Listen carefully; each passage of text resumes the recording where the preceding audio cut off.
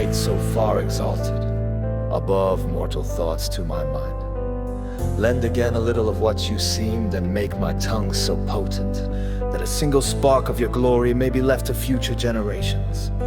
For by returning somewhat to my memory, and by sounding faintly in these verses, more of your triumph will be conceived. I believe by the sharpness I endured of the living ray, I would have been lost had my eyes turned away from it.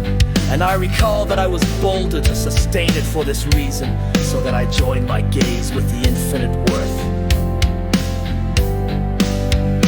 Oh, abundant grace by which I dared to fix my eyes through the eternal light, until my sight was wholly spent in it. In its depth I saw, bound up with love, one volume, all that is scattered through the universe, substance and accident, and their relations, as if fused together in such a way that what I speak of is a single light, the universal form of this knot.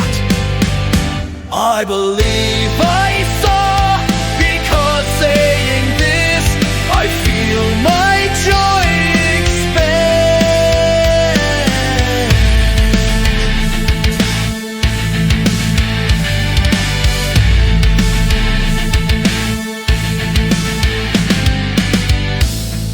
A single moment brings me greater oblivion than 25 centuries brought to the enterprise that made Neptune marvel at Argo's shadow.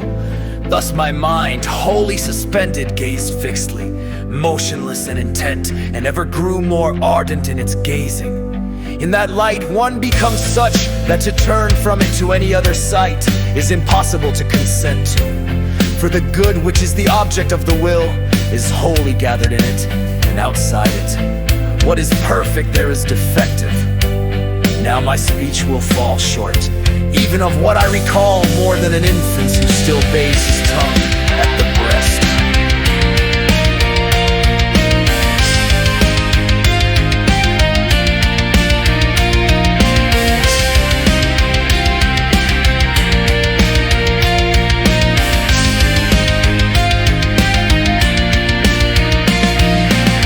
Because the living light I gazed upon had more than one aspect, for it is always what it was before.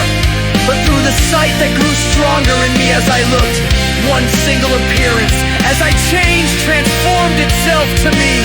In the profound and clear essence of the highlight, there appeared to me three circles of three colors in one magnitude, and one seemed reflected by the other, as rainbow by rainbow, and the third seemed fire, breathed forth equally from both.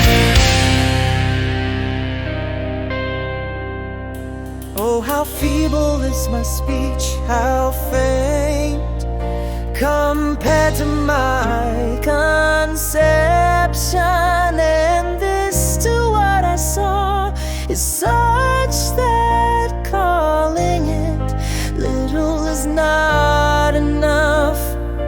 Oh, eternal light, who alone dwell in yourself, alone understand yourself and understood, and understanding love and smile upon yourself.